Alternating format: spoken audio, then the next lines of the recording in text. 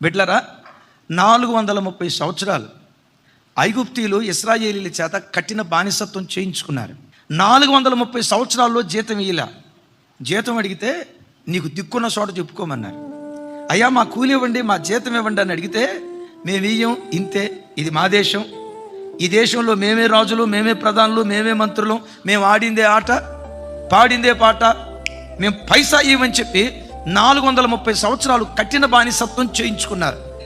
430 సంవత్సరాలు ఇశ్రాయేలీలు ఏమనుకున్నారంటే, దేవా మేము జీవం కలిగిన దేవుడిని ఆరాధించేవాళ్ళు, మా అసాధ్యతాన్ని దోసుకుంటా ఉంటే నువ్వు ఒక్క మాట మాట్లాడలేదే, మాకు న్యాయం తీర్చలేదే, మాకెందుకు న్యాయం తీర్చమని ఏడ్చుంటారు. దేవుడు మౌనంగా ఉంటాడు. బిడ్డలారా నమ్మండి, దేవుడు మౌనంగా ఉన్నాడంటే ఆ మౌనం వెనుక గొప్ప మర్మం దాగి ఉంటుంది. ఆయన మౌనంగా ఉన్నాడంటే అద్భుత ద్వారాలు నీ పట్ల దేవుడు తెరవబోతున్నాడు అని విశ్వసించు. ఇప్పుడు ఏమంటాడు తెలుసా? ఇశ్రాయేలీయులారా మీరేం చేస్తారంటే, ఐగుప్తీయుల ఇంటికి వెళ్ళి మేము మా దేశానికి వెళ్తున్నాం అమ్మా, మీ చెవులకున్న పోగులు ఇయ్యరా అని అడగండి.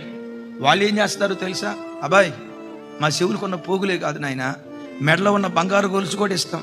ఐగుప్తు దేశంలో ఉన్న వెండి బంగారం అంతా తొలిచి ఇశ్రాయేలీ చేతుల్లో పెడితే ఆ ఇశ్రాయేలీలు ఆ బంగారాన్ని వెండిని తీసుకొని పాటలు పాడుకుంటూ ఐగుప్తు దేశాన్ని విడిచిపెట్టి కనాను దేశానికి వాళ్ళు ప్రయాణమే వెళ్ళారు. కనాను దేశానికి వెళ్ళేటప్పుడు ఎలా వెళ్ళారు తెలుసా? బైబిల్లో రాయబడిన మాట, మిక్కిలి ఆస్తితో బయలుదేరి వెళ్ళారు.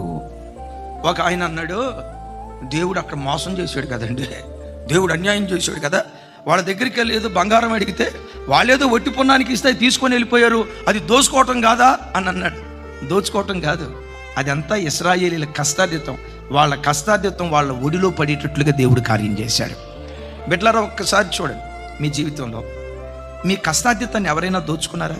మీకు రావలసిన ఆస్తి మీకు రాకుండా దాన్ని అన్యాక్రాంతంగా దొంగ కాగితాలు పుట్టించి దాన్ని ఆక్రమించుకోవాలని ప్రయత్నం చేస్తున్నారా?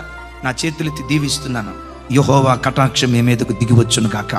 ఆయన కటాక్షం మీ మీదకు దిగొస్తే ఒట్టి చేతులతో పొర్రపాటున దేవుడు మిమ్మల్ని పంపడు.